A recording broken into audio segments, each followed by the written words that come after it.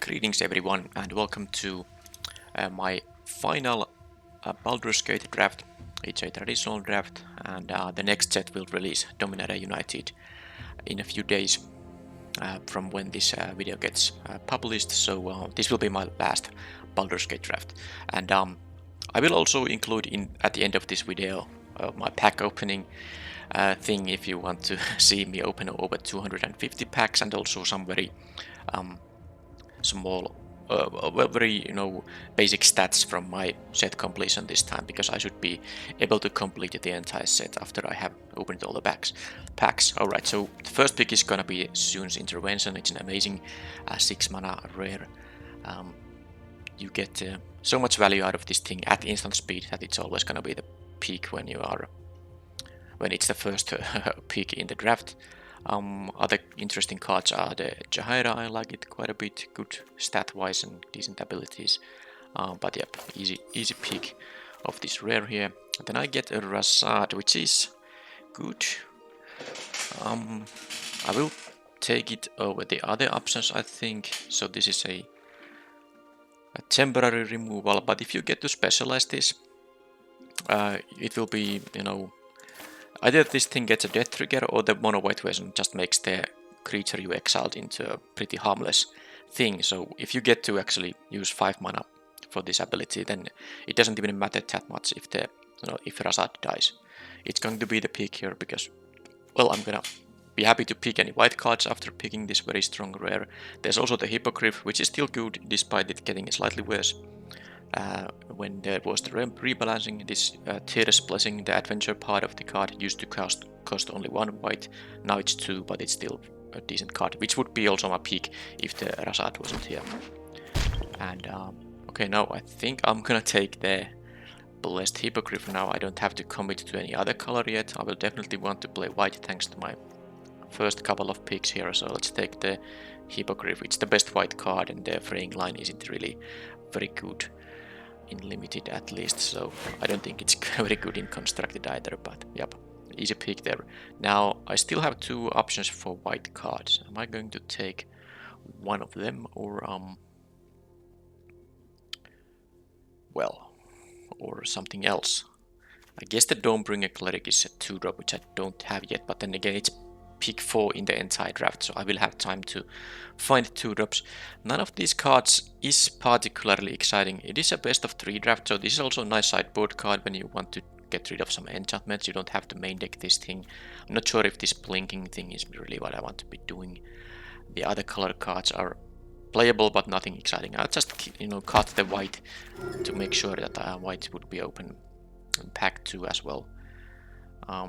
Here I don't think I'm taking the You Are Ambushed on the Road quite yet. It's a card I'm willing to main deck even as a 1 copy, but now the best card in the pack, well, as much of a fan of this Ramshield Frost Giant I'm not taking a 5-drop here. There's a Genasi Rabble Rouser, totally a nice 2-drop here, better than the Cleric for sure, so I'm gonna take that and see if red-white will be open.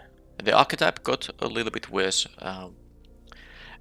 during the rebalancing in July, because was it in July or in August? I don't actually even remember, but anyway, it was a bunch of the white cards got a little bit worse, but red-white is still an archetype I'm willing to draft. Okay, here I could take the Steadfast Paladin or a Valor Singer. I guess I could take the Allura, which is still not amazing. I'm taking the Paladin. I don't want to look into red-white. I just take the white cards because I'm surely going to be white. So maybe pack 2 will give me some better indication as to what my second color is going to be. Well, this pack doesn't even have anything red, so could be the Pseudo Dragon Familiar. I don't think I'm taking the random 1-drop trick here. I like the Familiar a bit more than the weird, so let's take this. I am going to end up in blue-white. And here, okay, interesting. There is a Kobold Warcaller, which is totally fine card, but there's another Pseudo Dragon Familiar. I think I have played enough, I mean a lot of white-red in this set, not so much blue-white, so maybe I'll take the blue card here. I still, you know, can be any color combination, including white. But you could have taken the war color, but then again, I think this is fine now that it got the additional piece of point of toughness, so something like a shambling ghast cannot just kill this for free, basically.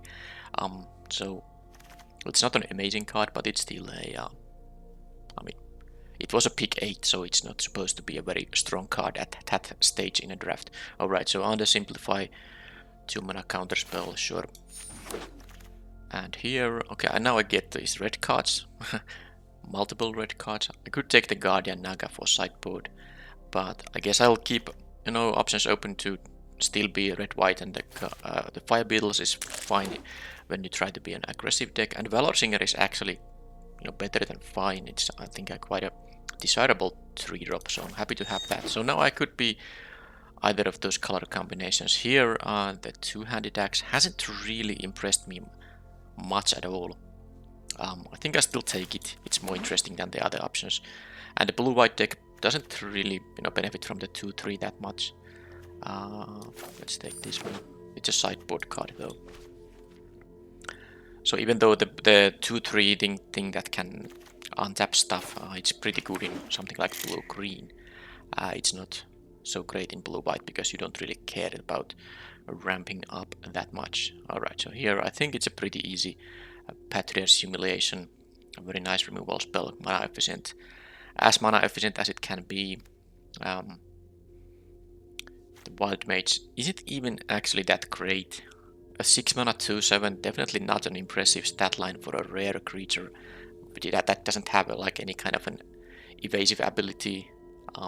So even if I was blue-red, I wouldn't be that interested in that. I might pick it, but it's definitely not a strong card. Anyway, take the Humiliation over the Improvised Weaponry. Breath Weapon is just gonna kill my creatures too efficiently, so I won't be taking that. Yep. And do I get any conclusion to my second color? I suppose it starts to seem like it's gonna be red-white after all. Don't see anything great blue here. The You Come to a River is, you know, okay, but nothing exciting. I can take one Improvised Weaponry here. And okay, well now it's really easy. I can take just the Liara in here. There's also Hobgoblin Captain, which I wouldn't have minded picking. There's also the Red Gate, but Liara is actually very good. So let's take it. And I'm gonna cut the blue cards now. There's a Dragon's Fire here. Okay, well that's pretty sweet. And the Steadfast Unicorn really got worse because the activation is now 5 mana, not 4. I think it's still a card I could play, but I think I wouldn't. Even the old version, I wouldn't pick it over Dragon's Fire here. I definitely can use this efficient 2-mana removal spell. And here there's another Hippogriff, but there's also the Tollkeeper. When you're playing red-white, you definitely don't want to miss out on your 2-drops. So I might, and I don't care about the Dawnbringer Cleric main deck in a red-white deck. It's too aggressive archetype. It doesn't really, this doesn't really fit into the red-white deck. So I think on the other hand, I don't have anything that expensive. It's sometimes this is just a 2-mana 3-1. I guess I'll take the Hippogriff still. Yeah, I'll take this because it not only is there the adventure part, but I mean it's a 4-mana 2/3 that, you know, brings a bunch of flying attackers because it can also make some other of your guys jump. It's pretty decent. I'll take the Gate now. The Flaming Fist Officer isn't that amazing, so let's take the free card advantage card. And yes, sometimes Ender's tapped lands can mess up your mana curve, but I think it is worth the the extra card this can sometimes give you is worth the Ender's the battlefield tappedness, if that's something I can say like that. Alright, so here nothing too exciting here. Yeah, the good is not amazing, especially in the archetype where I don't expect to have very large creatures. In red-green, definitely a better option. It's also another 6-mana card. I might actually prefer the Warriors of Tiamat over it, and I will. I don't think the good is... I mean, yeah, you can kill something that has 2 power with good itself, but on turn 6 it's not really that impressive. Okay, so I got all these options here now. This might give me another creature, and this is just a better 2-drop. I would take either of them over the Warcaller though. I think I like the 3 mana, a 3 power creature that can also have first strike. It's a much better attacker than a 2-1. Alright, here a lot of these breath weapons. Well, I guess this is one I saw earlier, but anyway. I can't use them, it just kills all my creatures. I can play with dueling rapier. So actually white wasn't open, given that I really didn't pass a lot of white in pack 1. It was very, you know, contested in pack 2 to my direction, which is just mostly an indication that there's a lot of white drafters in the table, and I won't be necessarily getting a lot of white cards in pack 3 either, but the ones I have are good enough to, you know, not really allow me to move away from white at this point in the draft anymore. Okay, I'll take the Unexpected Allies. Yeah, I mean, I haven't really played with it, but it's the only card in my colors. There's one of these, You're Ambushed on the Road, which is main deckable. Nice mana efficient tricks. You can sometimes just get a nice trade by using only one. A thing that would have been a trade, you can make it into not a trade, and all for the cost of 1 mana. Another Fire Beetles, why not? It's not exactly amazing, but it's still decent. Especially with the Liara, you really, you know, want to have some double team creatures to get the +1/+1 pumps. Okay, I got a Guardian Naga for my sideboard after all. And then 1 card, which is a Shocking Grasp, and then the final pack. Alright, so what is the pick in here? It's not going to be too amazing, but I guess...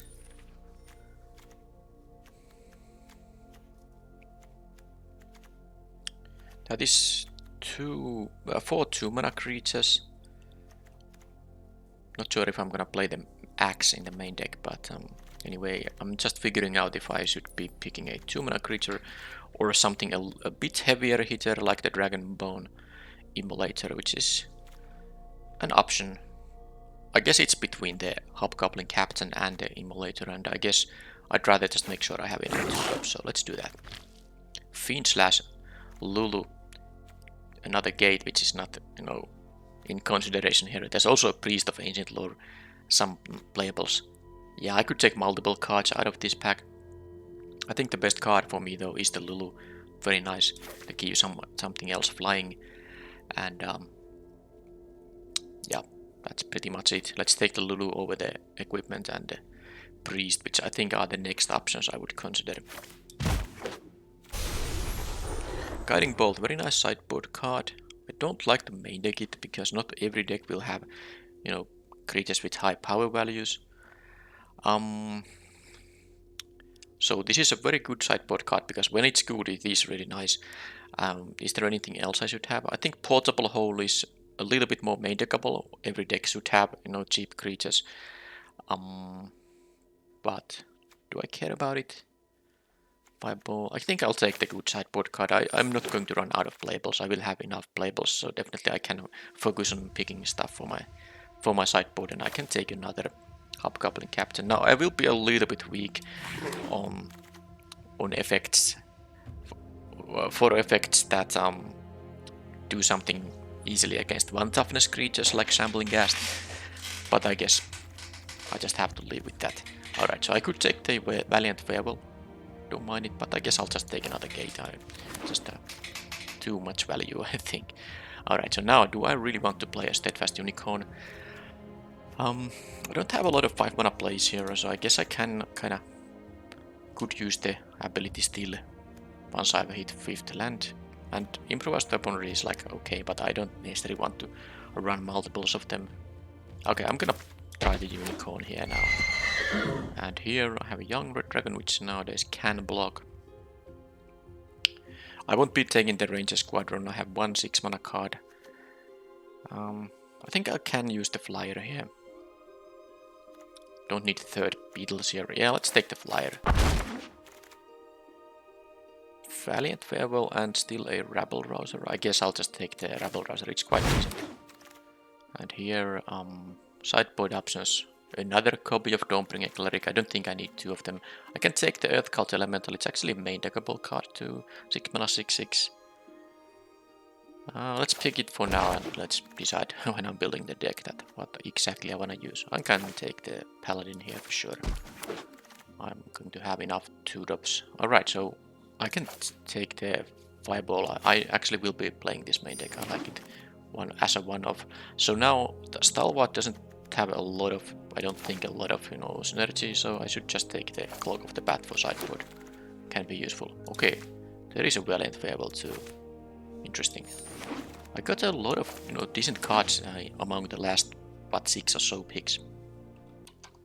Okay, so let's cut the lands for now and decide on the final build. So this stuff is sideboard stuff. And that leaves me with a number of cards. I guess I could play 16 lands, but no. I will play 17. I have enough of these double team cards that I am not probably going to run out of cards. I don't want to get stuck at 3 lands, for instance. So I will cut 5 cards. First one is the Dueling Rapier. I think I like all the 2-drops. I like the Valiant Farewell too. I'm gonna play that. I won't be playing the Axe. It's not that great. And then I will cut the Earth Cult Elemental. But yeah, that's still gonna be 2 cards if I'm gonna play all this. Okay, you are ambushed on the road is the next cut. How about the number of creatures? That is 18, so I can easily cut a creature. Is it gonna be one of the 2-drops? I have 1, 4, 6. That's 8 2-drops. I do like all of them though, so maybe not. Young Red Dragon is, I guess, the most cuttable out of this bunch of cards, so I'm gonna cut that. So I should be... Yeah, I can cast most of my stuff with 3 lands, but once I get more lands, I can cast my remainder of the mana of the cards in my deck, and I have also 2 of these gate lands, so that's gonna be... Because of course when you have a mana curve like this, flooding out can be a real problem if you draw like 50% spells and 50% of lands, and most of your spells are like 2-drop creatures. They are not very good on turn 6 or so. So at least these gates will help a little bit in that regard. And the Blessed Hippogriffs are also nice. They can, make my early drops fly, so that they might be staying still relevant later in the game. And I guess the Unicorn here, which actually was one of the cards I could cut, so maybe like not play the Unicorn and play the Dragon instead, but I want to play this, try this in main deck. I don't recall if I have used this card when it has the 5 mana activation, but let's see how it does, and if I am not impressed by it, then I can, always sideboard it out, or if I remember, I can even modify my deck between rounds. So this is going to be the main deck, and this is 11 white, 13 red cards. Let's have both gates, of course, and then basic lands. Double casters, no. I guess because of these cheap white cards, and this has also, I could want to have access to 2 white mana, but then again I have 2 rabble rousers which really want to have, at least half of your lands producing red to not miss out on any pumps. So I think that, and the fact I have actually a couple of more red cards than white cards, I will be playing with 9 red sources and 8 white sources. Let's use, now this is the last draft I'm gonna do this set, so let's use these Baldur's Gate lands, which is the nice one. This at least looks like a mountain, so let's take that, and then I will have 7 plains. Can also filter them like this. So I think the first 2 are my favorites. I will take this one. Alright, that is the main deck.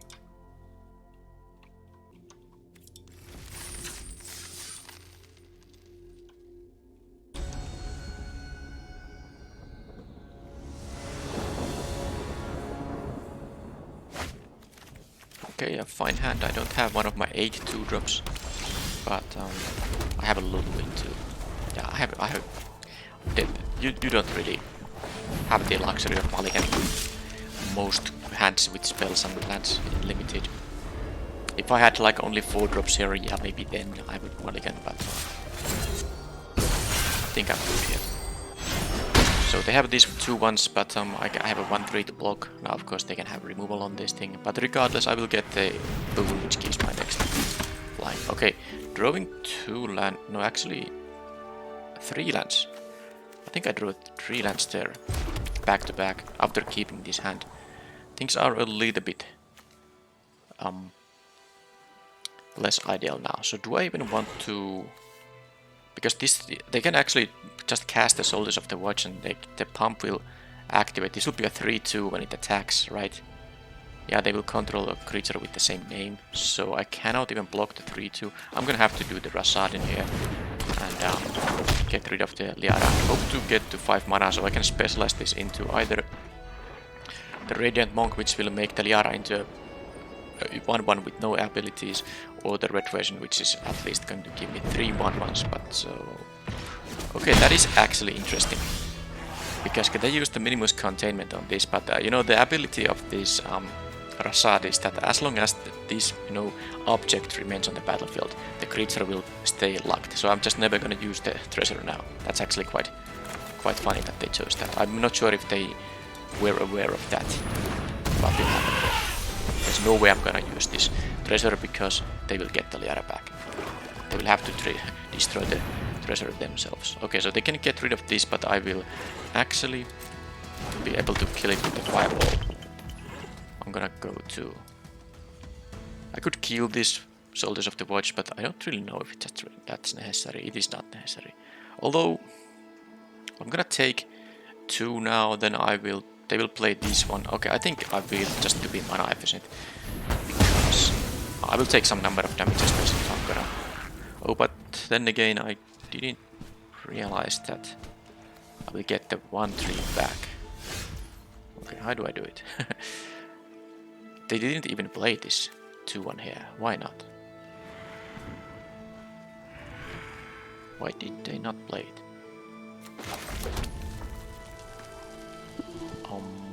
They have a way to save this. They might have the thing that makes it indestructible. Okay, well, I'm gonna maybe have to...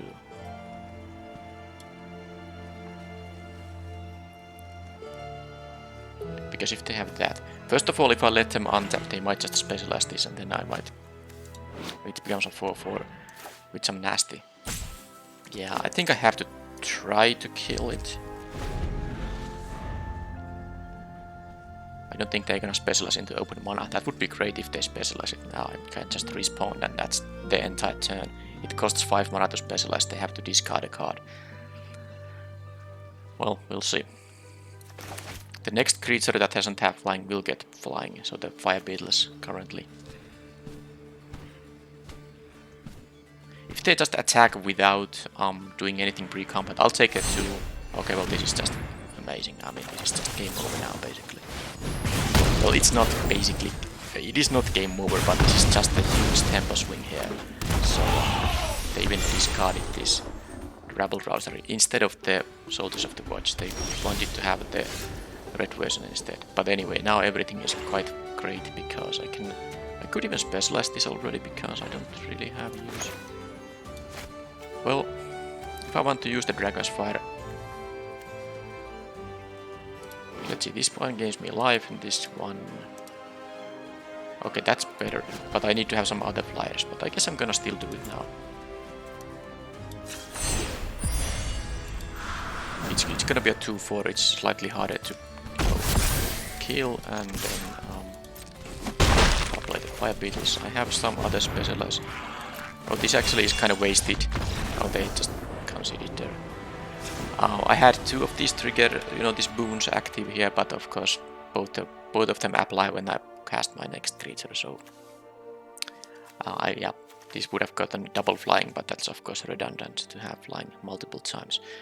Right, so they actually have a swamp in the deck, so they have some splash, but I don't think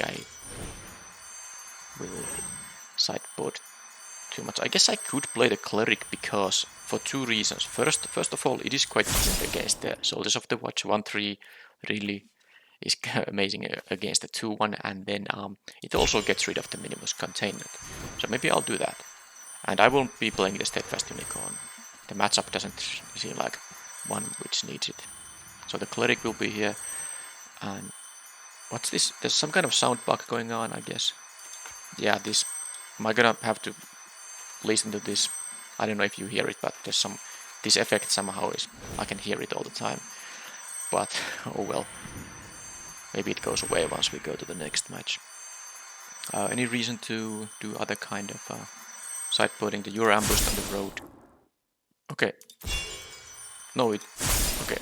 So the sound goes away when I check the graveyard. So if I now return to sideboard. Okay. I fixed it. Master hacker. Alright, so 50 seconds time to still decide on sideboarding. A guiding bolt won't be that great against the red and white. Yeah, I'm gonna keep it like this.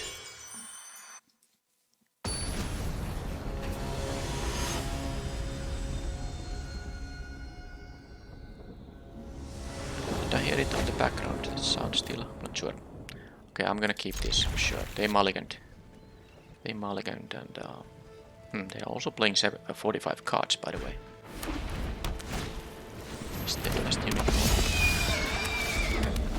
Okay, so now I have stuff to do before I need my third land, and once I draw my third land, I can cast everything. Alright, so which is the card to play right now? This is just a 2-mana 2/2 until later in the game, so probably not the greatest idea. I'm gonna play the captain because I might, get an attack in where they block it with something and make it indestructible. But let's see if they tap out first. Because I'm not sure if I'm gonna. Oh, they have a third color in there. I don't think I would have. I don't use this into open one up.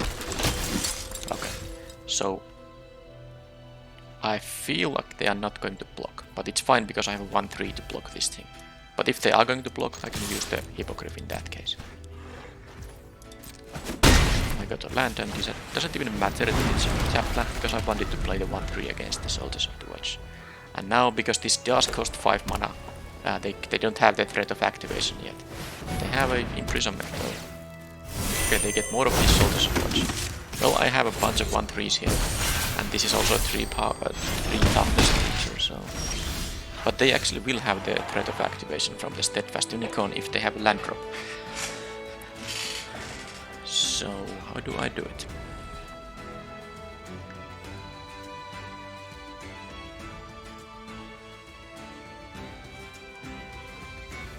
I think I'm gonna just play the Baldur Singer for now.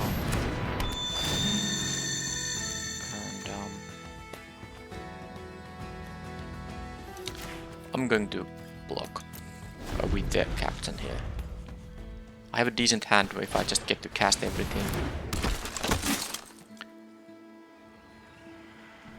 But I don't want to. If I attack with the captain and they remove the singer like they do now, it would be pretty nasty. Okay, well, I guess I just have to start eliminating these guys. Paladin will be quite nice here. I need more 3 toughness blockers. Well, I got that here. Now, they didn't have a land drop there.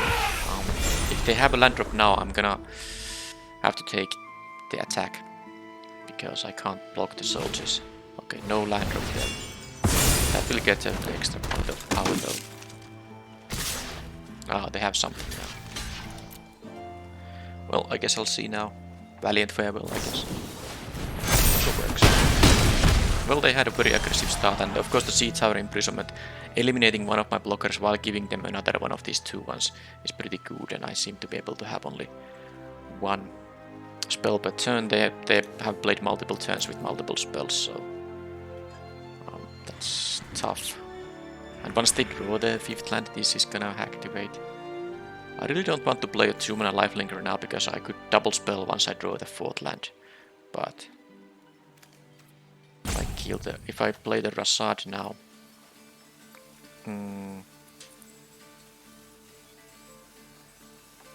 I'm gonna have to block here, right?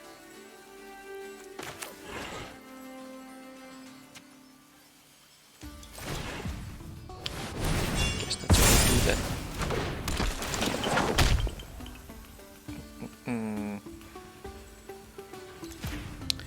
Yeah, that's not great.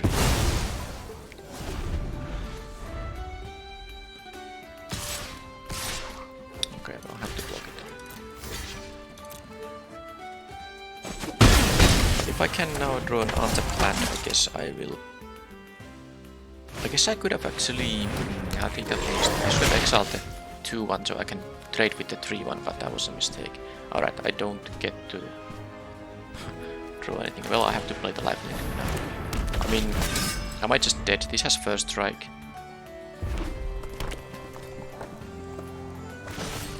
Yeah, well, opponent really kept out. I don't know what the Island and Swamp is for in their deck. Seems like they have a very decent red white deck. Even, you know, they can afford to play 45 cards and they still have all these. Seems like they could cut their whatever stuff needs, you know, other than red or white mana.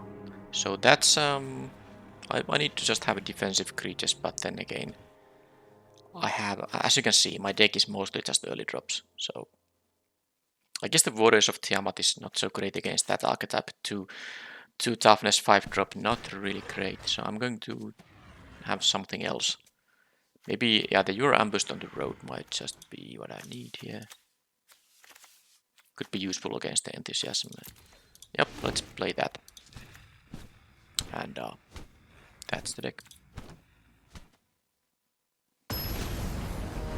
I did get stuck at 3 lands there. I had like what, 26 cards left in the deck and only 3 lands, so that was a bit unfortunate that I never got to double spell, but let's hope I have now even better mix of lands and spells, and it seems like that based on this starting hand, yep, I'm gonna be in a good shape here. This improvised weaponry will also have a bunch of targets in their deck. And these 1/3s are really good against the 2/1s. And now if I get to attack with this thing, I have another copy, but they have an MP6. Alright.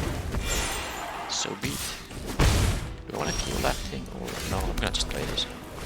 If I didn't draw this, I might have used this for mana efficiency's sake, but because this is something I probably have to kill in the end. Okay, they missed the land drop. Well, that makes things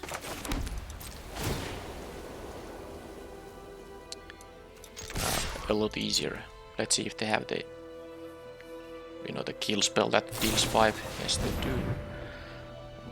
I could perpetually boost the Rabble Rouser, and I think that's what I'm gonna do here. I will draw a card, and then when this dies I get the +2. Yeah, this is what I'm gonna do. There's also the Captain, but I'd rather have the Rabble Rouser get the boost here. The 5/1 first striker isn't. If it was a 6/1 first striker, then I mean, it would get first strike whenever it attacks if it had 6 power, but that didn't happen. So now, let's just attack, see what they do. At least I have another of these Rabble Rousers now if they have like removal. More of that. Alright. Maybe they can buy all the time in the world, but I guess I have here no. This was a 2/1. Oh, I mean, I got still a card out of it, so 0 for 1, I guess. Or 1 for 0, how do you say? Yeah, I got one of their cards away and I still kept my own one. Okay, that thing is 2, 3. So...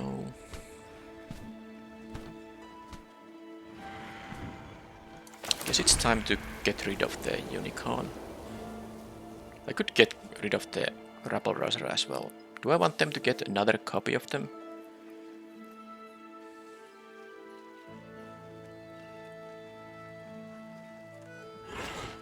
This has double team still. I mean, they're gonna be a target for this thing, but then again I have the Rassad here. Fine, let's do it before they get another copy. And then they might want block the Hobgoblin Captain. I don't think I wanna do the trade. No, I will spare my improvised weaponry for the unicorn. This can start attacking as a first striker at some point, so that'll be valuable. Okay, so I'm supposed to. I'm gonna actually now. Maybe it's time to make the trade here. Yeah, now that I don't have the weaponry anymore, I just let them block here. Why not? Lulu here.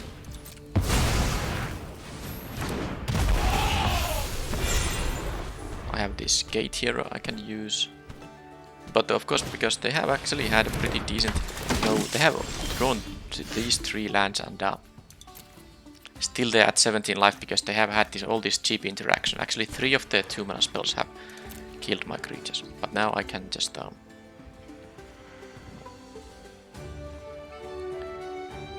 do I do it? I could kill it with the humiliation, but I think I just wanna, you know, play more creatures. This will fly now. This will fly now.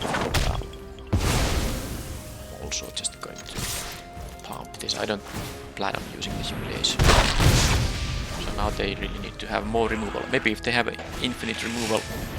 Well, they don't have, but they have infinite 2 power, 2 mana creatures though, and spells. Right, so... Well, I have the Hippogriff here, so why not just attack into all that?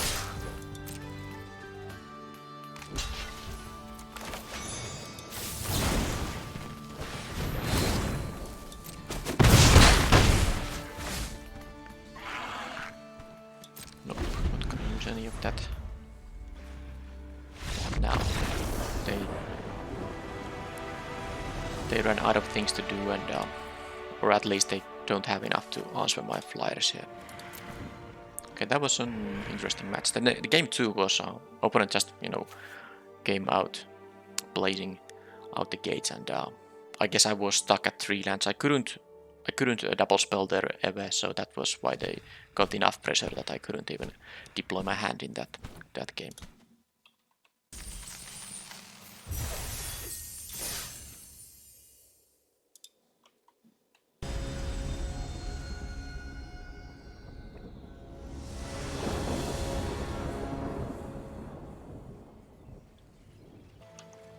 Okay, well, this is a mulligan. I have my rare for the first time, but can't really cast these 3 white spells for Mountain's Hands. So it's mulligan, and okay, I still got this intervention. Now it is a really good card, but it's also the card. This is actually tough. I'm on the draw here, right? Yep. I mean, I want to curve out with this stuff here. I guess I could maybe not play the Steadfast Paladin, but no. I mean, it has to be the 6-drop. That is the reasonable thing to do. Yeah, I'd much rather just curve out with these things, because I would have had to, you know, miss out on some of this stuff. I don't want to do that. So Rabble Rouser or the Steadfast Paladin. If they kill my thing, they get these, but I don't think it matters too much. I suppose I want the Paladin to have flying, so I will play the Lulu on the next turn, and then the Paladin will have flying, so let's do it like this.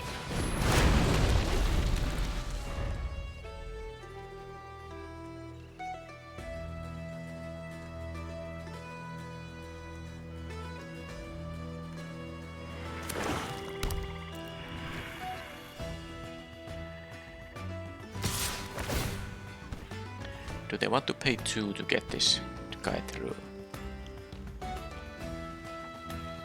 Nope.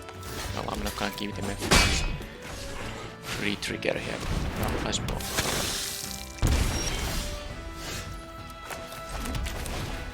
I actually need another planeswalker double spell on the next turn. Yeah, I could have attacked with this trigger the double team, but I want to have 2 blockers in here. I can probably do it on the next turn. So I can double spell with the Paladin and the Rabble Rouser, second copy of it. Unless they have a good blocker there, making me unable to attack. Yeah, I guess I could have attacked, but I don't wanna... Well, I guess I could block with the Lulu also. Yeah, maybe it was a mistake. But it's too late now. Because it's possible they kill the Rabble Rouser, or it's unable to attack and then I miss out on the double team. Or proper. Okay, so they can... Okay, improvised weaponry doesn't impress me too much right now. So... I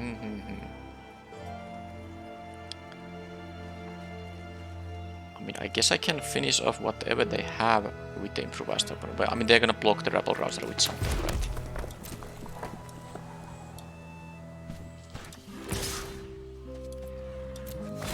I mean, they can double block it, for instance. But let's see how they block. If they block with only one thing, I don't even have to.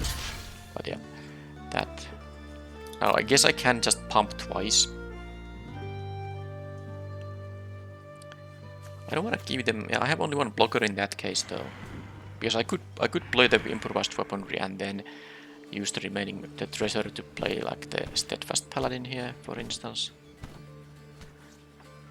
Alright, that's a tough one.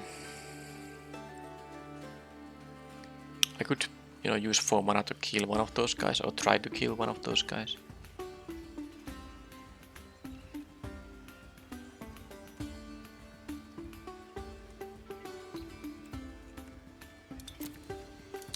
I won't do that. I'll just put this improvised weaponry on this thing.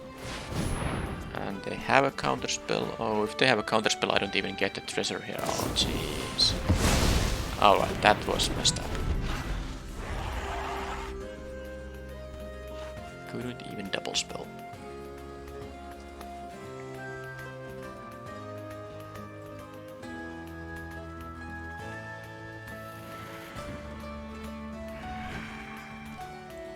Well, I have to give them either a treasure or the activation or the triggered ability from the Cradle. Yeah, that was a well-placed undersimplify there.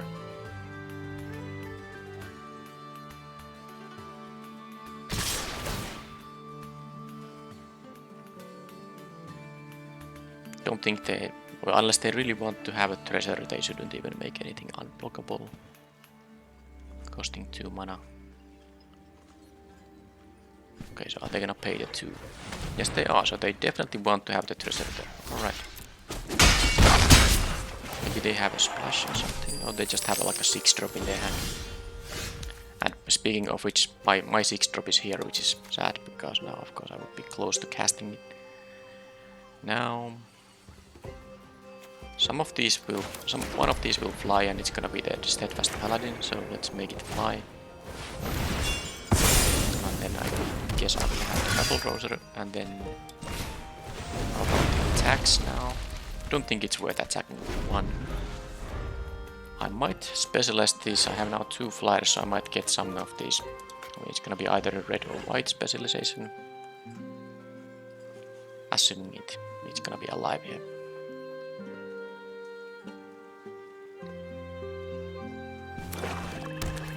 I'm gonna sideboard out the improvised weaponry. I would... Some of the blue card creatures do have only 2 or 1 toughness, but I haven't seen any of that. Oh, they have a harvester. Now that is... Okay. That's pretty much tough situation. These will become 2/2s with no other ability, so I can't even get the... No, these already actually have... This doesn't have double 2. But,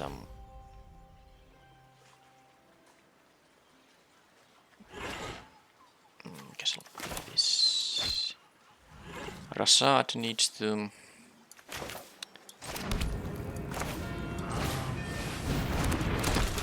I would want to get rid of the Harvester, but because it's a 4/4. But I guess I have a bunch of 2/2s to block the 4/4. Cradle is the most dangerous thing, because that can actually make the guys unblockable. So I hope I get to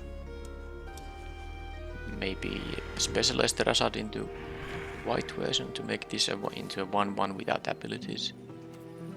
And I know I could have left these planes in my hand, these Gate is still a planes, to specialize it, but I think I need the extra card in order to win the game. Just stabilizing won't be enough.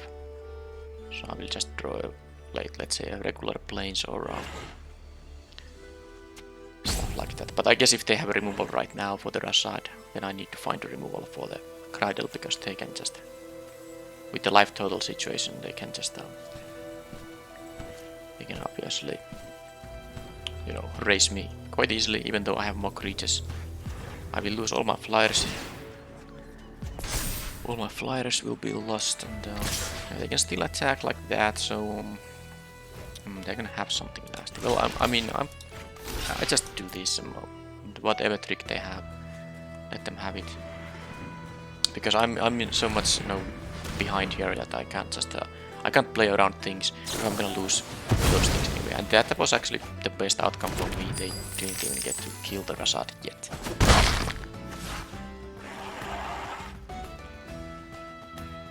So now they have to play the Harvester if they want to, make these into 2/2s. Of course it will always turn down any tapped creature, but then again, let's see. So now these are just 2/2s with no abilities. Even the perpetual buffs go away here. Oh, they didn't. That I didn't realize. It turns face down. Oh, no, sorry, this is a... Okay.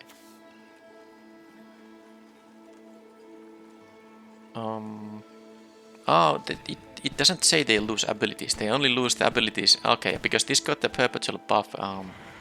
It wasn't tied to the front half of the card. Yeah, that's right. That's exactly how it's supposed to be. By the way, these things are... Do they have a name? I don't think they have a name. This isn't gonna do anything. So, what I can do is I can make another Rasad.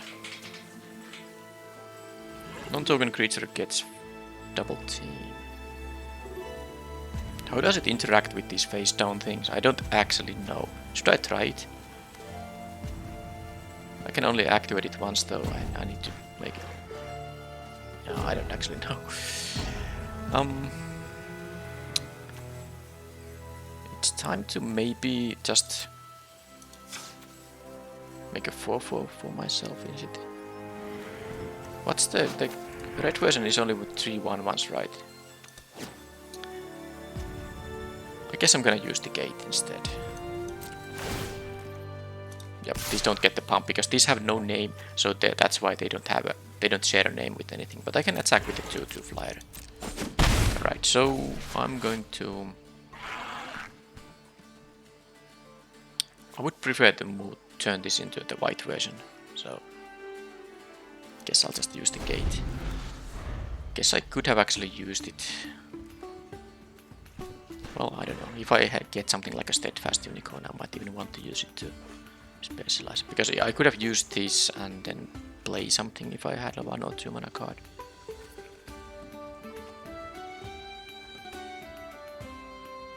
But the opponent still, of course, has all these cards in their hand. I'm at 8. If they kill the Rasad, well then they have the Cradle, and then I need to find an answer for the Cradle. I really wanted to specialize this into a white card. It would have, as I have said many times now, making this Cradle into a 1/1 is not so bad. I mean, it would make it pretty insignificant thing. This dragon taps down, so yeah, they have really good stuff. They have good stuff.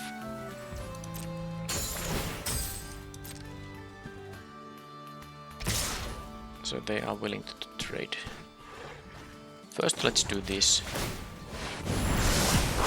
Okay, there is a 2-drop, which I could have played if I wanted to still keep the mountain in my hand in case I want to specialize into something without losing a spell, but anyway, let's do this. I think I kind of need to get lucky here. I could get rid of the Harvester. Oh, but I'm gonna get another Rasad now if I really want to. Although it's a legendary creature. I would have to first specialize this, and I don't have mana to do that. Okay. I'm still getting rid of the spawn here, I guess.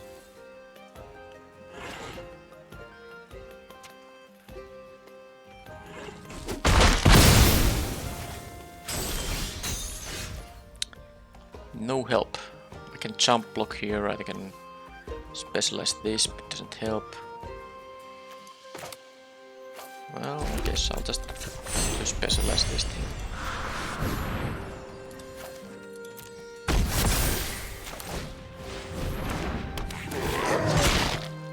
Oh, wait a minute, this thing gets a double.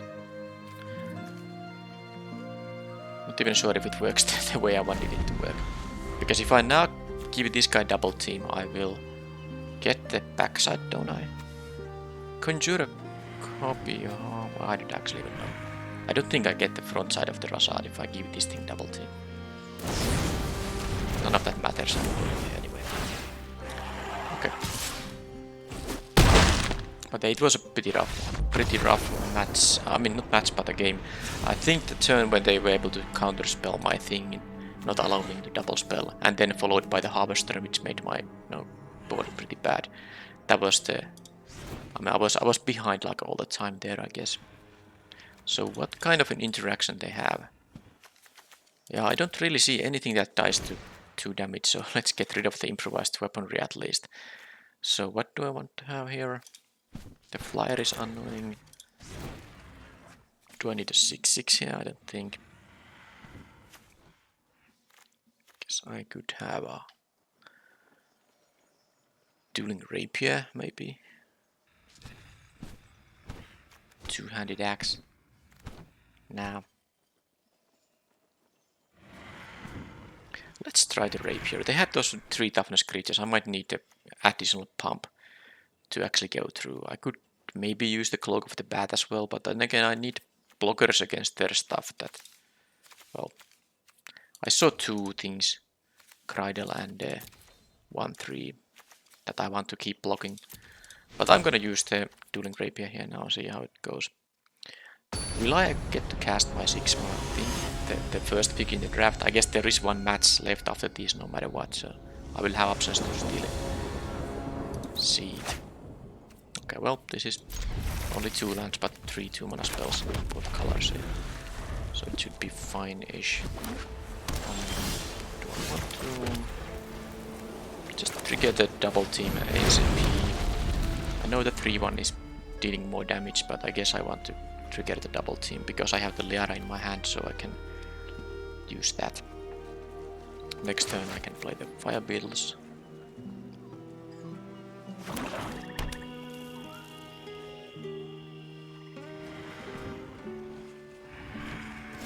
Okay, so they might have a counter spell.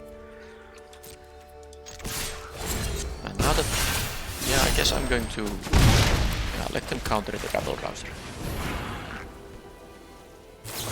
Yep. That's the card. Because it's still in my graveyard, so Liara will work. And I need to control the creature or have the same name creature in the graveyard. Now sadly I have all these red cards and only 1 mountain. So yeah, if this was a mountain I could actually play Liara and then this would be a 2/4 and then I could pump it into a 3 power creature so they could not block. Now that won't happen, so I'm just gonna play this. Use mana as efficiently as I can. I do have more red sources in the deck, so it's a bit unfortunate mix of these lands. Because it feels like I need to win quickly, because they might have a bit too strong of a late game. But we'll see.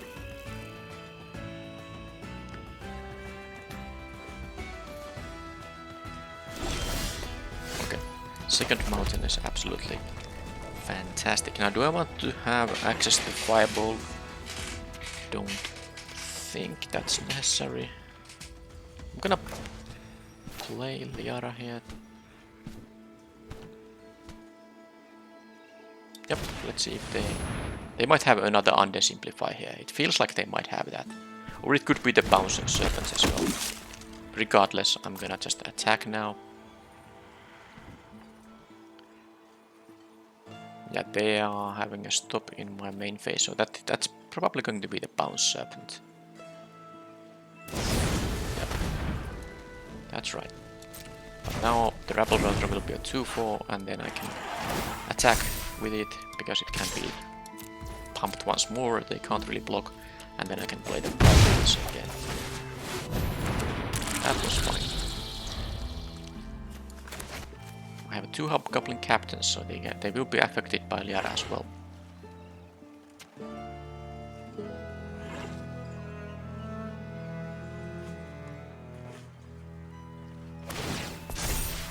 Okay, no. Okay, they are just attacking. Well, surely I can take 2. What is that? I guess they just, yeah, they don't have good blocks. But they have a blocks on the many creatures if they play. So, okay, well, that explains. That explains something. So I'm gonna just get rid of this 4-3, of course.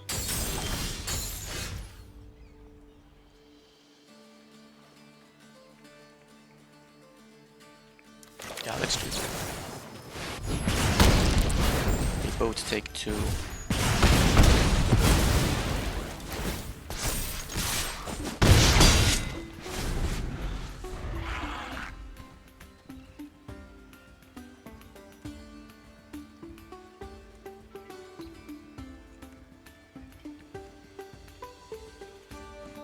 Still haven't used the Liara's ability, by the way. It does cost 3 mana, so it's not that cheap, but it will also give first strike, which can matter, but let's see.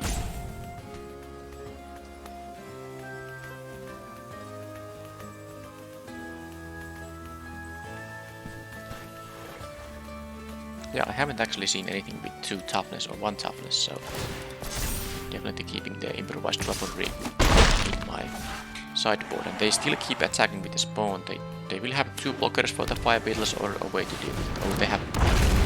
Jeez, that's just rude. That's so rude. Oh man. So multiple Mist Dragons, yeah, they just have way too good cards. Okay, I hope they don't have the 1 mana trick. I really hope they do with this block here. And don't have the -2/-0 and -2/-0 perpetually trick here. Because I can kill that, and I can, if I want to, I can save my Rabble Rouser as well.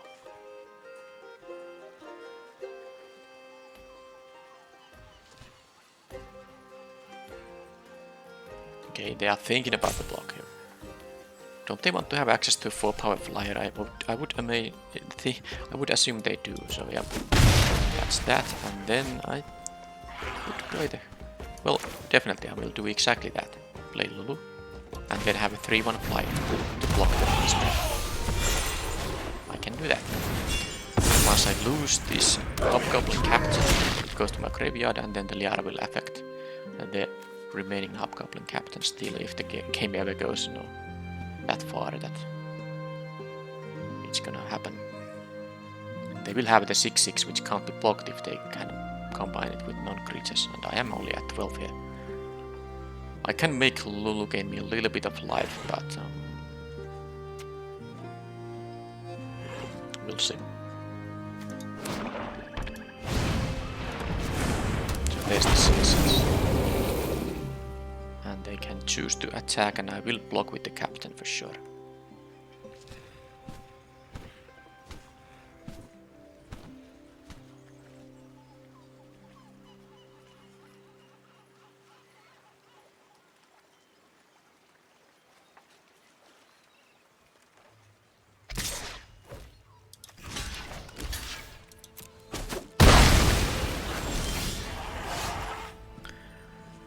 Okay, so Lulu can now become into the red one as well. White soldier. Twice that much life. The life might be interesting. With the blessed hippogriff I can be doing that. So they can double block the fire beetles. But I can make it indestructible, and then if I play my land I can also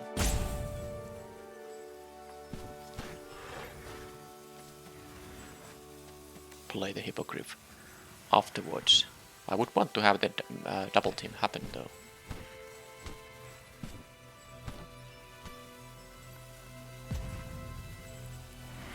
Yeah, the 6/6 is a problem for sure. So let's decide on it now. I can't attack with the Rabble Rouser. Even if I played the Mountain, I can only threaten to make it 5 power, so the Serpent just eats it. I think I will be needing another flyer for this thing. I also need to draw something that allows me to specialize this thing into white one. Because they can kill me in 2 attacks. They will also have a 3/4 flyer coming up, so I think this is just a really tough situation.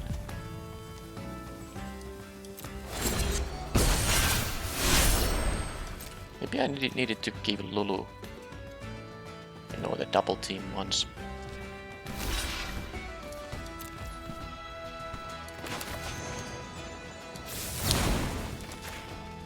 Let's do it like this, and then I will play the Hippogriff, I guess.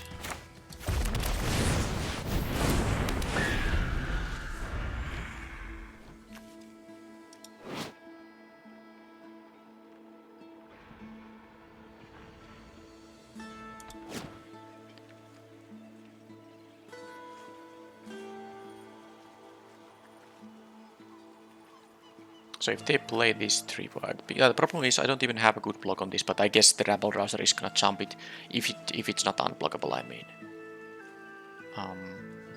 Yeah, the double Mist Dragon is just, I mean, they got so much also, you know, because I wasn't able to do any attacks with the tapped creatures, so this is just, I mean, otherwise they would be at a lower life total if they didn't have specifically these dragons there, so. I mean, they're just having a really good deck with a really good curve outs in here. Even though I have no problem in my curving out in this game, I'm still in trouble because I can't beat their big creatures. Although the Serpent won't be able to block now, of course. And yes, I could even triple block. If I knew for sure, would I want to lose 2 of these guys? Basically, Liara and the Hippogriff would go away and I would kill this. But if they have any trick, it's a miserable thing. So now I can... Yeah, I don't even have a way to, you know, make this into a white specialization unless I draw specifically a white card or a plains. So if I take now the 6 in here, I might just lose to this when it's unblocked.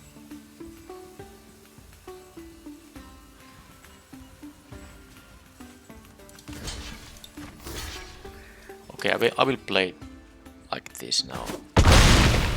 It is one of the creatures I can actually use to deal a bunch of damage though, because it has the pump ability. They can play the 3/4 now, and yeah, I don't think if I can push all this damage through here. There is a way to now make this into a white card, but problem obviously is that now they have the 3/4 flyer in there. Yeah, I don't know if I played this correctly. I'm gonna play this anyway to give the Fire Beetles the pump from the Liara, of course.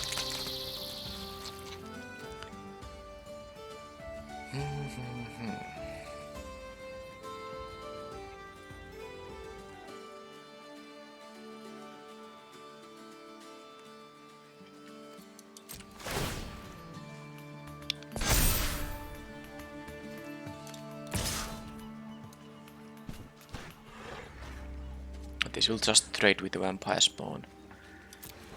But I guess I can have like an all-out attack on the next turn. Hopefully win with that.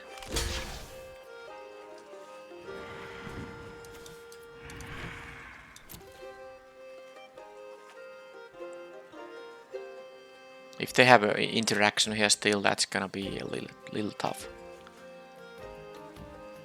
That seems to be the case though. That wasn't interaction exactly, but that was one way for them to make this guy into an unblockable one, so I guess this is not the best. I can deal a bunch of damage with my team, obviously, but they have now 4 cards still. If they just attack with the Serpent, now the Hobgoblin Captain will be a 4/2, Fire Beetles will be a 3/3 thanks to their... Okay, now they have now card drawing abilities. I need to win quickly because they will definitely win any kind of a late game here. I mean, a game that goes late, even later than it's already gone. So Now I just need to start making attacks that cost me creatures but allow me to push through some damage, because there's no way I am winning if I just, you know, don't attack.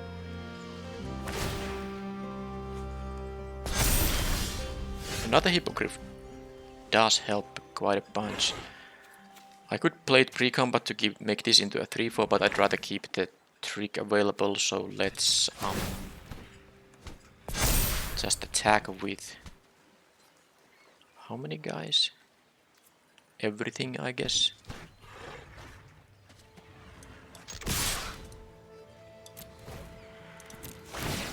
Make the captain fly.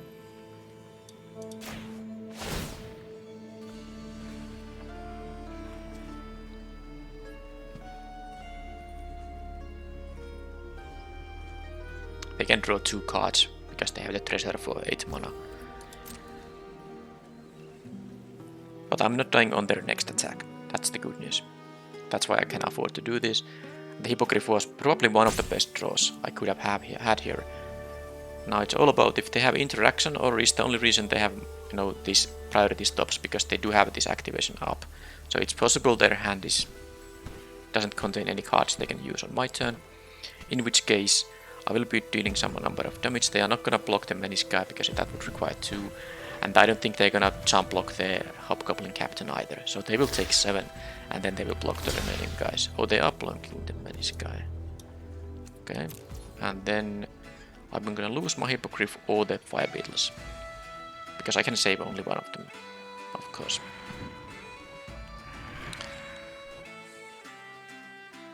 This is harder to block, this gives me a flyer. But they will have a flying blocker, so maybe the flying part is not that important. I'll save the, or try to save the Fire Beetles.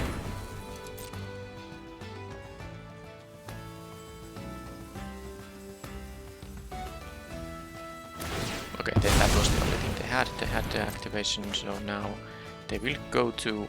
They have what, 2 life now, and I have another Hippogriff. Actually, that I miscounted 3 life, but still. And now this will also be a 3-4 Hippogriff thanks to Liara. I haven't really used the Liara's ability yet, but I mean I haven't had 3 extra mana on any of these turns. That's the reason. Now they have all these cards. They have drawn a ton of cards because they had the Deadly Dispute and then they drew 2 from the Invoker. And they have a lot of mana too. But still, whatever they had in their hand wasn't going to be enough to stabilize here. Interesting. I guess they had, I mean, that was, I think, 5 cards in their hand. Maybe like 3 of them were lands and the rest of them were just some irrelevant ground guys or something. Because I did have a lethal attack in the air. Hobgoblin Captain deals 4 in the air with the Hippogriff, and then they can only block that and they still take 3. Plus this Hippogriff actually will deal for a 3 too because of this one in the graveyard. And I might, you know, be able to specialize this. Alright, but that was only game 2 out of 3. I did lose the first one. So yeah, they have these. I mean, the Dragon's Fire will be good against the 5-drop dragons. Is there any other way for me to deal with the stuff? I mean, I guess I could play the young red dragon. It can block or attack at least into the young blue dragon here. Sorry, not into that, but into the mist dragon. So maybe I should play that and then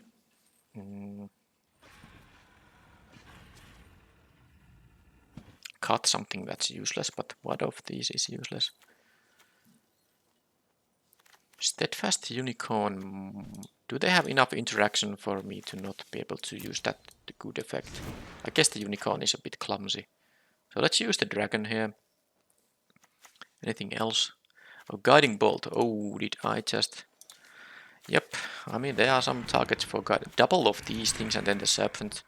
And not a lot of else maybe can be killed, but I guess the dragons are annoying enough. I will play the Guiding Bolt here now. Can I use this to target opponents? No, that's you control. Can't boost there, guys. Okay, I have to decide on the final cut. Might be the Waters of Tiamat, actually. Yeah, I'll get rid of that. Let's use this.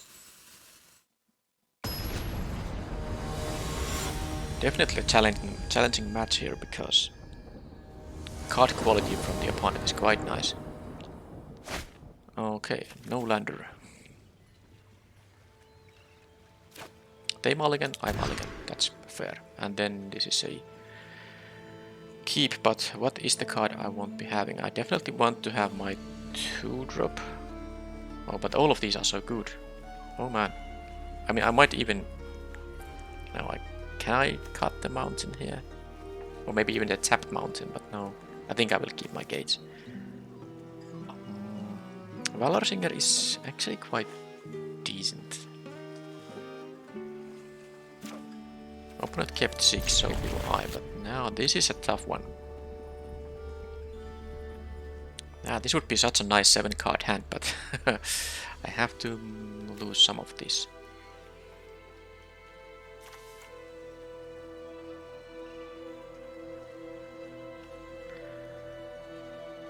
I guess the Lulu might even not be that great when they can have those flyers of their own. This is only at most a 2/4. This giving pump to any of my guys pretty interesting. I guess I might even... But no, Lulu is... It is really good, but... It's too risky to lose a land here. I don't want to lose a land. Okay, I will actually cut the Lulu here. It is, after all, only a 3-mana 1/3 that gives some of your other guys flying, but... Well, I didn't know, for example, that I have a Hobgoblin Captain here once I made that decision. A 3/1 flyer would be interesting, but... The reason I wanted to have access to my 2-drop was exactly, you know, them having these 2-drops. I don't really want to allow them to connect with.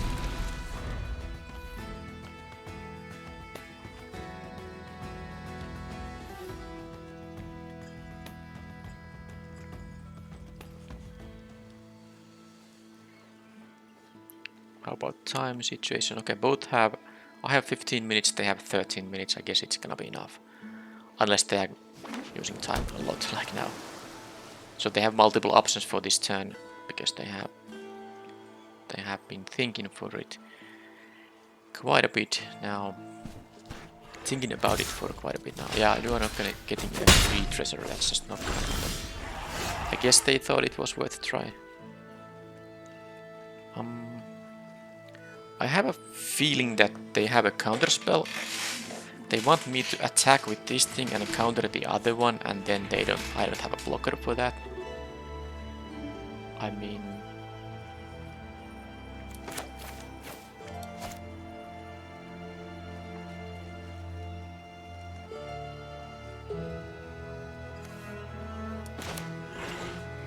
I'll do this. Let them counter it. Let them counter it, and then I will just play it slowly.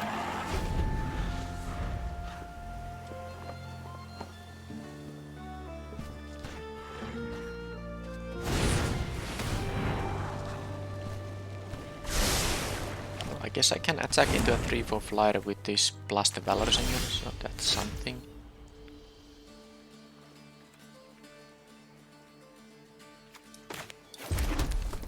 I'm just gonna cast this. It would be nice to get a treasure to have 2 white available, but I think I'll just play this, and next turn I can play colors and start attacking in the air.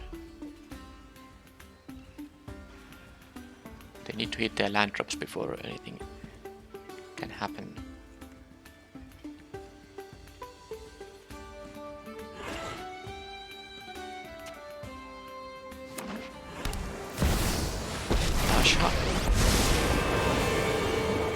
Yeah, I didn't see this in the first 2 games.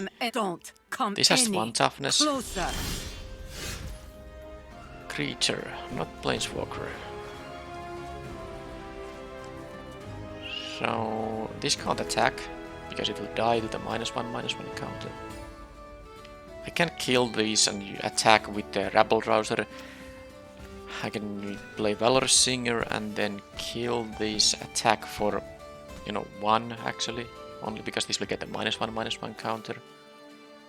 Yeah, I mean, I'm not beating a Tasha. That's just a bum mythic, which is especially good against my deck. That, well, I mean, my creatures have one or what, 2 or 3 power.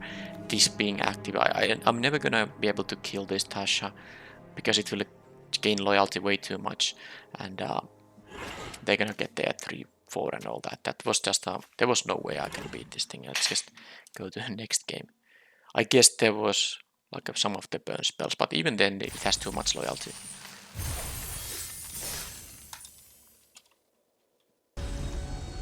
No, it's the same opponent. Yeah, this actually took 2 minutes to find the match, and now I'm against the same player with Tasha in their deck.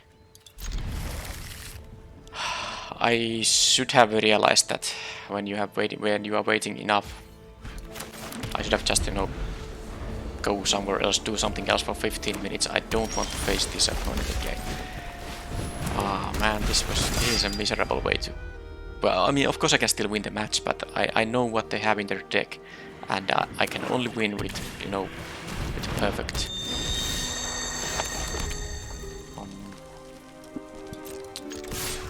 I mean, if I have a perfect draws and they don't have exactly the best stuff they have available there.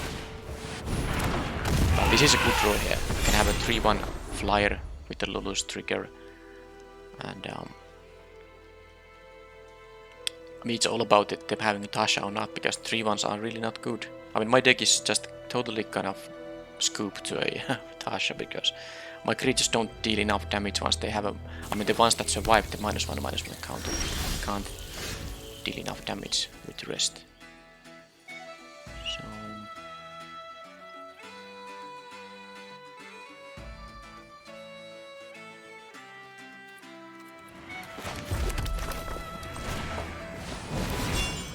Okay, so they are gonna have a counter spell there. They are gonna counter it. It will still be a 1-1. I think it's enough, because of course the perpetual buff is gonna happen still. It is a 1-1 flyer, and I can attack one in the air. And the fact it's a 1-1 flyer is going to still be relevant for the, you know, the specializations for the Lulu. But now if it's a Tasha, I mean, I will concede to a Tasha. I'm not gonna... I won't be able to get through that. I guess, is the Farides Fireball able to deal 5 to a Planeswalker? I think it can target the Planeswalker. So it will go up to 5 loyalty. Yeah, as long as I can draw a Farides Fireball and it being an out to Tasha, I will not concede. But once it's out of that range, there's no point continuing.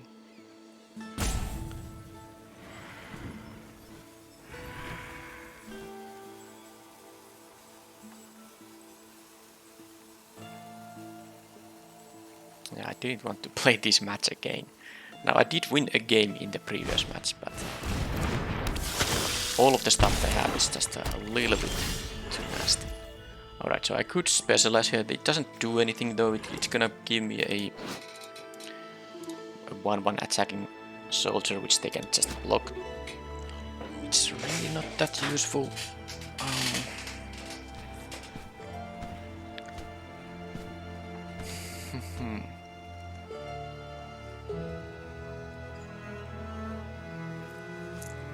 Not exactly sure.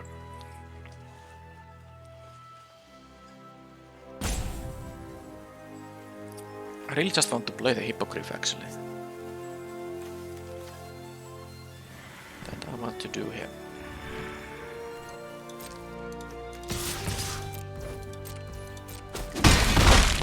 I know it has a useful adventure, but in this board position I just don't see any reason to wait until I can get that. Now I would get 2 1-1s that attack if I specialize that into the red one. And of course I don't care about the life that I can get from the white one, so I would be interested in throwing away the mountain to get this ability. Now this cares about when I attack with flyers, so it doesn't actually, because even though this thing gives another attacking creature flying, it doesn't actually count. It doesn't get counted to this thing, because the creature has to attack with flying in order to you know, matter for this trigger. Grimbound. Like I said, I need to have a perfect curve out, which I did, but I didn't. I mean, I needed them to not have that kind of stuff there. So I even have a removal for one of the blue dragons. No, the mist, the tapping dragon, the 4/3. But nope.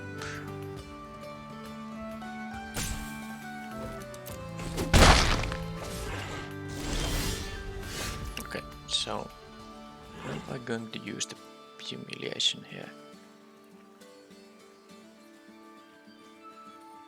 I don't really want to use it on this, because I could do something like specialize this guy, then attack for, you know, kill this guy.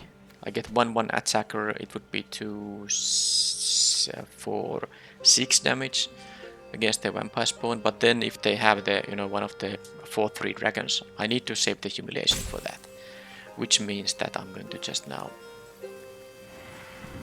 guess I could attack with the paladin as well. I will have the rabble routers to block with anyway, so I get 2 life here. That's basically the idea.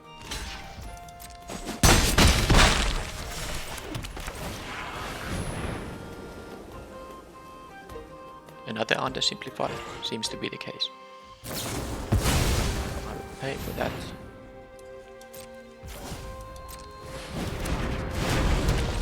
I can still get the double team, and this will still block the Horde Robber and the Vampire Spawn for that matter.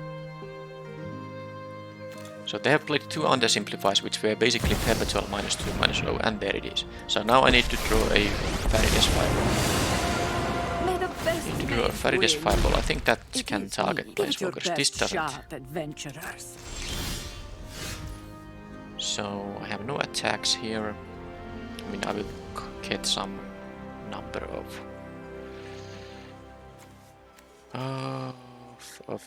-1/-1 counters, so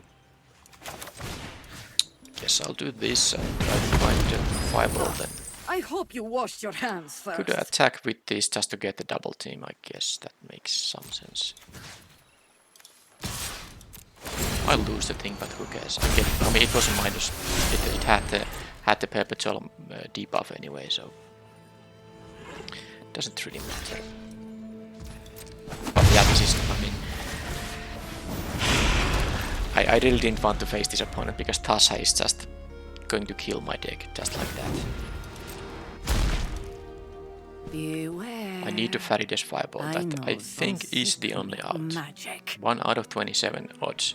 I don't need it right away, but I mean, they just can. I mean, I'm losing my advantage the longer the game goes. They have a bunch of stuff that they can use to, yeah, like that. For example, I still have the humiliation for that, but it starts to get really awkward now. What a bummer for a last draft event here. I guess I'm done now. I mean, they're gonna play these, and it's just, I mean, I'm definitely not having fun having a, yeah, this can target the Planeswalker, having a 1 out of 20 something odds to draw a card that maybe gives me a chance to win. I'm not going to, you know, use 5 minutes of my life to that, so I'm sorry if that's, I mean, I had an out in my deck, but that's still, I mean, killing Tasha doesn't mean I win the game. They're gonna, you know, get all their late game stuff there, and yeah. Okay, so with that, what do I do here? I hope they don't draw the Tasha, I guess. I have the Guiding Bolt here, and I don't necessarily need the Unicorn here so much. Yeah, they have those 3 toughness creatures. The Unicorn isn't that great. I guess I could use something like an Earth Cult Elemental, I guess. Not sure though. I also need to have these cheap cards to try to win. I think the Warriors of Tiamat might be still worse than maybe like the Rapier. I want to have the tricks here. Okay, so 2 games lost to Tasha. Let's see if that becomes a 3 games now.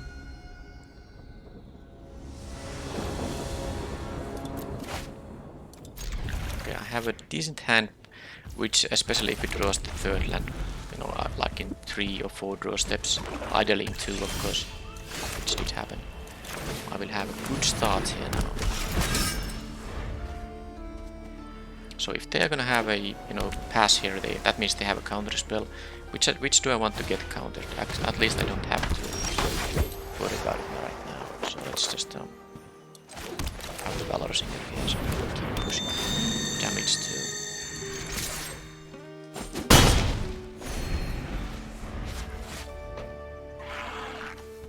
This also targets a Planeswalker. So Tasha is a 4 loyalty Planeswalker going to 5. Yeah, I guess. Well, we'll see. I'm going to...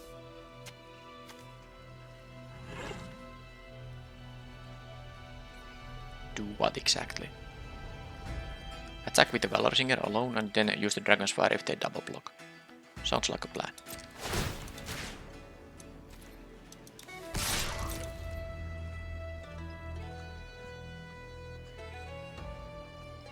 I could have offered to trade, you know, pump the Steadfast Paladin, but I really did want this to happen, so now I am in a decent shape here. And I think I can... Can I deal with the Tasha? 1 power, 1 power... this pump works 3... Not sure, I might have been able to attack Tasha even with the -1/-1 counters though. Alright, so now I'm going to pump this guy. And why not attack with everything? I don't care about them attacking with the 1/3.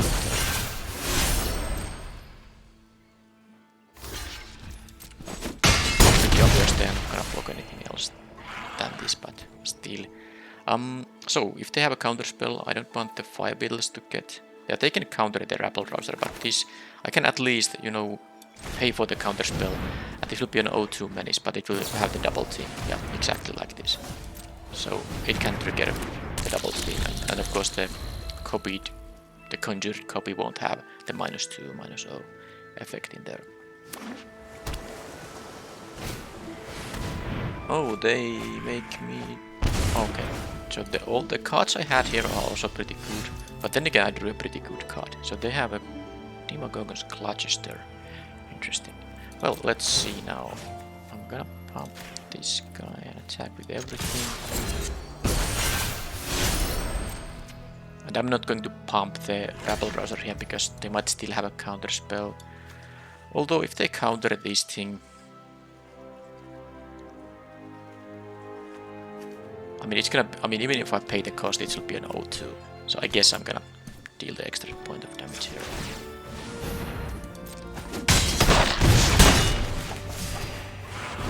I don't really need an O2.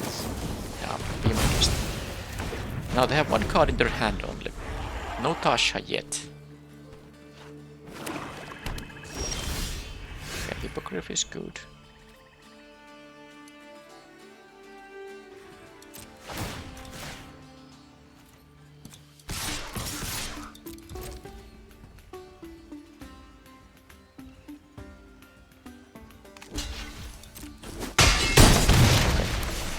More counter spells. Nope. I might be winning a game here. Okay. No Tasha does help. So Demogorgon's Clutches. Not much I can do about that. I mean, maybe keep lands in my hand, which I'm inclined to do anyway because I have a couple of these specialized creatures. So the removal they have, they don't have a lot of removal. I have seen a, you know, the 4-mana sorcery that creates a treasure token. It's just a destroy target creature. Your ambushed on the road might not be that interesting. I think the rapier is still fine. I haven't really drawn it, but it's decent against all these. You know, they have this one. Sorry, a lot of the creatures have 3 toughness exactly. So this allows me to attack into them, even though the re-equip cost is quite annoying. I will play with that card, and then I guess the Steadfast Paladins are not that great against their all multiple 3 toughness creatures, so I'm actually cutting them. I still have here, you know, 6 2-mana creatures, And then I will still play the young red dragon, because yeah, if they have a Tasha, then I most likely lose anyway, so I'm not going to kind of play around that card. And maybe the Warriors of Tiamat, but maybe unexpected allies could be interesting too. I could copy anything I want. I mean, I haven't really played with this card. I don't think it's good, but this is the last game I will be playing in this format. So I'm gonna play this card even though it's a little bit unexciting. The Cloak of the Bat isn't that interesting because they have a bunch of flyers as well, so I'm not gonna rely on that too much. So this is now the last game of the format for me. I'm not going to draft this format even, without recording, because I will most likely have the set completed once I open the packs, which will, by the way, happen next. Alright, I forgot about this Dawn improvised weaponry. I should have definitely cut that card. Well, it's too late now. Yeah, I would have changed this to anything. Now the question is this hand gonna be good enough? They have made a mulligan here. I need to be more aggressive, so I will mulligan as well, and this is a better hand. Also a hand in which I don't really want to, lose any of these cards. The Rasad is... I didn't see a lot of removal from them. Humiliation is going to be decent enough with the 2 creatures I'm gonna be able to deploy quite quickly. This is my Tasha backup. If I'm gonna lose, put this on the bottom of the deck, I won't be able to draw it because I don't think I have any shuffling effects even. But I can't really keep a 2-land hand with the 5 mana spell, which I don't know if I'm ever gonna be able to cast. So let's just say that if they drop a Tasha, I will concede, and that's it. Okay, that was a good one. So if I can draw the 3rd land soon-ish, they can counter one of these guys, no problem. Draw the 3rd land soon-ish. Yeah, they are actually lacking a swamp. Okay, no other hand to simplify there. Bounce it. Okay, that's something I can actually get rid of with the guiding bolt. Okay, so they are missing land drop and steal there.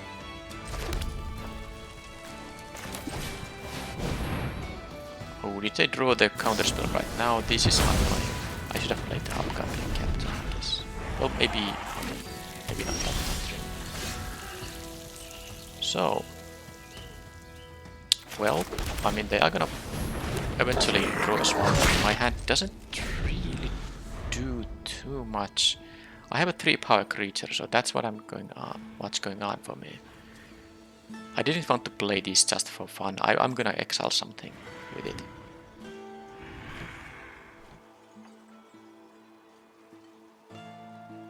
I really want to save the guiding bolt for this serpent, because I think they will get to 7 mana before I get to, deal enough damage to them. Because I don't have really a clock here. Of course, if I draw something good.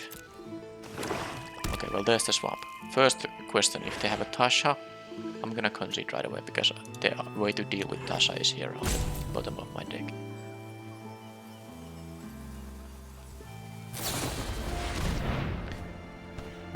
They will get a duplicate of that thing.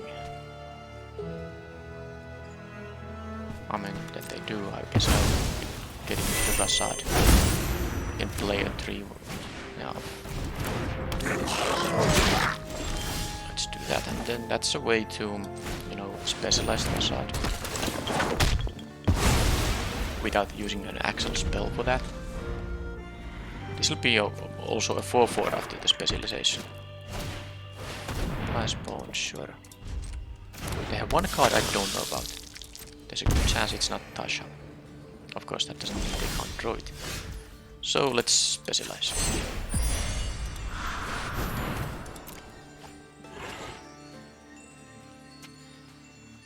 Oh, the last card in their hand is interaction. Don't say it. If it wasn't at least able to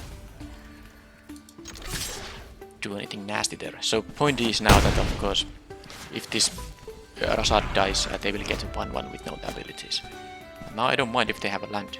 Definitely want them to have a land number 7. I can use the guiding bolt to get rid of this guy. And I have a 4/4 which will, eventually be enough to get it. Okay, that thing has to die, but it's an 8 mana activation, so I'm not too concerned. I will have the Dragon's Fire for it, of course.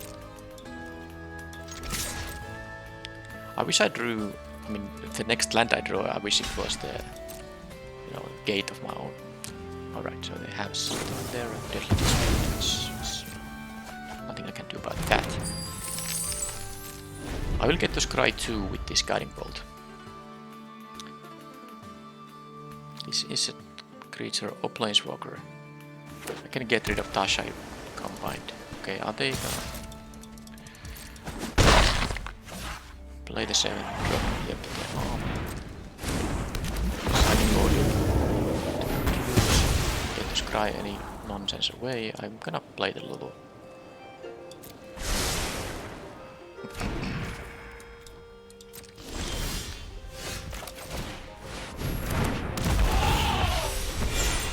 I would prefer the loot to be... Well, I'm not going to specialize it right now. The life isn't going to be mattering too much.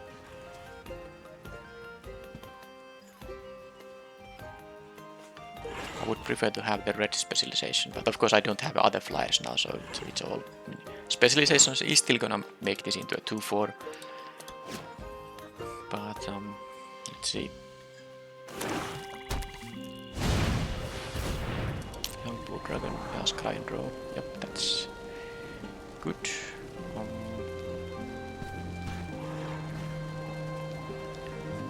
But if they're gonna... Well, let's see how they scry now. They scry 1. Top. Okay, so they liked what they saw. Let's see what's it gonna be now.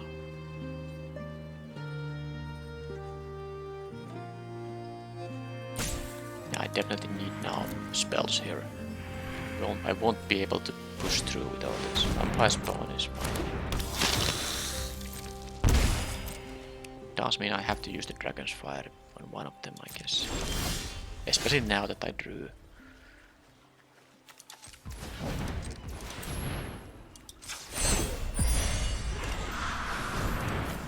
I mean, do they have a counterspell? Oh no, they have used only 2 of these already, so I guess I'll just hope they have exactly nothing there.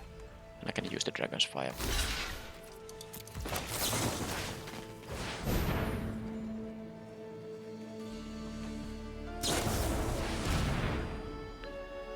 You are kidding me.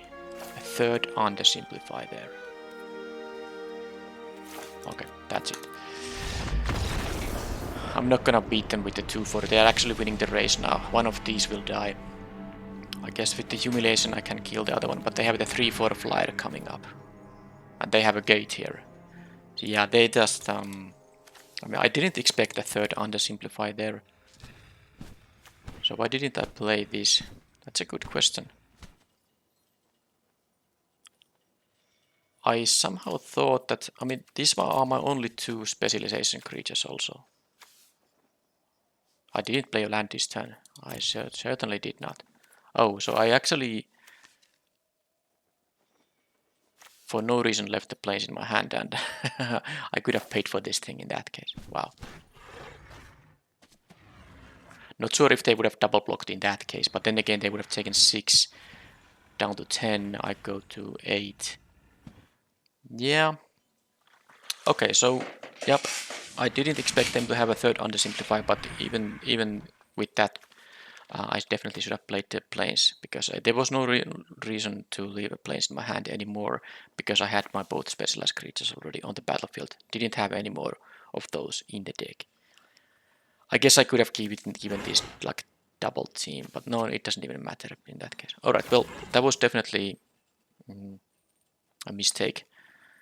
So let's say if I have this land, they know I can cast a spell without them being able to counter it.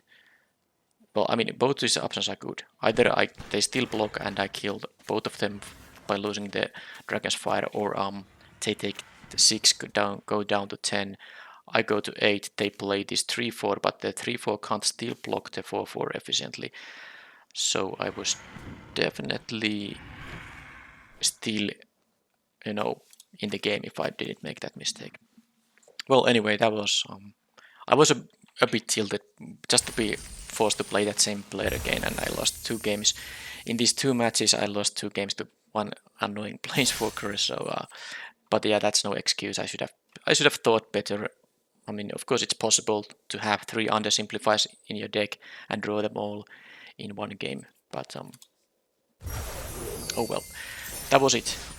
Next part is going to feature me, drawing opening all these packs. But I have to make a pause to the recording, but of course you won't see it. But anyway, the video will end with me opening all these, hopefully completing the set, and then I will show my draft stats from this set after that. Alright, so I have 258 packs to open from this set, and I just checked. I think I saw 53 mythics out of 80 in the set, so I should need to get 27 mythic rares from these packs to be set complete. Of course, rares will be completed. So let's start opening. I will first open these 8, and then I will go 10 at a time after that. I don't think I'm going to keep any kind of a running. I won't be counting the mythics here. I will see in the end if I'm going to be set complete or not. Of course, I will have a bunch of wild cards here too. So I mean, of course, I could craft any missing mythics, and of course, I can just buy mythic packs if I really want to not use my wild cards, but use a bunch of gold instead. But I don't think I will do that. I mean, if I don't get all the mythics, then I don't, and if in future I actually need them in some kind of decks, then I can of course craft them. I don't think I have seen any of these 8 packs come with a mythic yet. Alright, no. So let's now have 25 times 10 packs opened. We will only see the rare slot going forward. Okay, that's actually didn't have any of these mythics. Okay, good. Basically, I want to see 1 mythic in each of these. Okay, I see 3 in here. That's really good. I mean, each of these 10 group of 10 packs, I want to see at least 1 mythic. And I have seen already, what, 5, I think. Okay, so far so good. And once my rares are completed, I will start seeing 20 gems in the rare slots, of course. I didn't actually count how many rares do I have in this set, but I'm sure it's gonna be way more than 100. And there are, I think, close to somewhere. I mean, what's the number of rares in this set? I think it's something like 64 or something like that. So 4 times that is 250 something. So I think before I get to 100 packs, I'm gonna start seeing 20 gems in place of rares. Okay, that's actually quite a decent amount of mythic rares I'm getting here. It seems like I won't be unlucky this time, and I will be able to complete the set. Look at this, that's 3 mythics again in 8-10 packs there. The odds to open a mythic rare in this set is, I think, 1 out of 7. The Wizards has a webpage showing all the odds. So now we see my rares have been completed now. So these are 20 gems. It doesn't actually show the number anymore, but these are 20 gems. And each of the rares that open from now on will be 20 gems. I will only get wild cards and mythics in addition to that. Let's see if at some point I should be getting, if I'm getting extra mythics, I mean 50 mythics, then I will of course have this, orange. Oh, this doesn't even show the rare, the rarity symbol here. There should be, I mean, this yellow thing that we see in this not a zoomed view. It doesn't show up in here. But anyway, I will notice if there's gonna be 50 mythic if there's the orange symbol on the center, at the bottom side of the card. This is a decent amount of mythic rares. Also, a nice amount of wild cards I get opened here. Mythic wild cards have 1 out of 30, long-term appearance rate. Same for the rare wild cards. Okay, these are all rares. Still 80 packs to go. Okay, couple of mythics here. Okay, these are all rares as well. I have no idea if I'm close to mythic completion now. We'll see. There is a mythic rare still not filled. Okay, couple of mythics. I would assume I've seen so many mythics here that I think I'm gonna get there. Okay, these are all rares. And there's a mythic. Oh, but there's, as you can see now, the difference between these two is that the second one has the mythic rare symbol here, which means that this is my first 5th mythic from the set. So I still have 20 packs, but now I will have no new cards. I have the set completed right now. As you can see, another 5th mythic here, which is worth 40 gems, which doesn't show there. And there are some 3 mythics here. So for example, this group of cards is 7 times 20 plus 3 times 40, so that's like 260 gems, I think. Alright, that's it. Also got so many, you know, of course you get commons and uncommons there too, so I got up to 300. I don't remember how much vault progress did I have prior to this, but I opened up those vaults, so I just get my wild card count up like this. And my wild card count is now, well, there's enough of them for anything I might want to play. Of course, I have completed most sets anyway, so I think this is almost more wild cards than I have cards I could craft in the entire client. But that was it, and I will show the draft stats. So basically, my how much it costs to complete the set. I will show in the next and final part of the video. Okay, and here is very quick and dirty. I didn't, stats here. I didn't really collect all that detailed stats this time, but here is the main source of my Baldur's Gate completion, which is the traditional drafts. So I did 55 traditional drafts, and as you can see here, the result breakdown. I got 2 0-win drafts, 10 2-win drafts. 10 1-win drafts, 24 2-win drafts, and 19 3-win drafts. These all cost me 82,500 gems, and I won as a result 74,200, which means that the total cost is 8,300 gems. And as you just witnessed a moment ago, I did complete the entire set. And of course, what I didn't take into account in these calculations is that I got a lot of those 5th copies, I don't know, 2,000 or something gems, making the total cost even lower. Also, what is not in these statistics is that I did one sealed event of Baldur's Gate, and then I think I did like 3 or 4 premier drafts just to get to platinum rank for the seasonal rewards. So not all of my HBG playing is in these stats, but the majority of the set completion was a result of these traditional drafts, and I can now say that it cost me like a bit over. If I would check how many gems I got from the 5th copies, I could say that it's still maybe the total cost was a bit over 5,000 gems. So maybe as a conclusion, it cost me around 5,000 and between 5,000 and 6,000 gems to complete the Baldur's Gate draft. And also the win rate doesn't actually show here, but I have it. I just checked it from the 17 lands data. It was the match win rate was 70%, and of course you could do the math here. I mean, you can see the number of wins in here. Just multiply these, and but yeah, the match win rate was 70%. I missed it from this this data sheet here, but whatever. It was, I think, better than average. I usually don't quite maybe get 70% match win rate, but for Baldur's Gate I did, and hopefully I can achieve the same in Dominaria United. So that was it. I will see you hopefully on next Friday.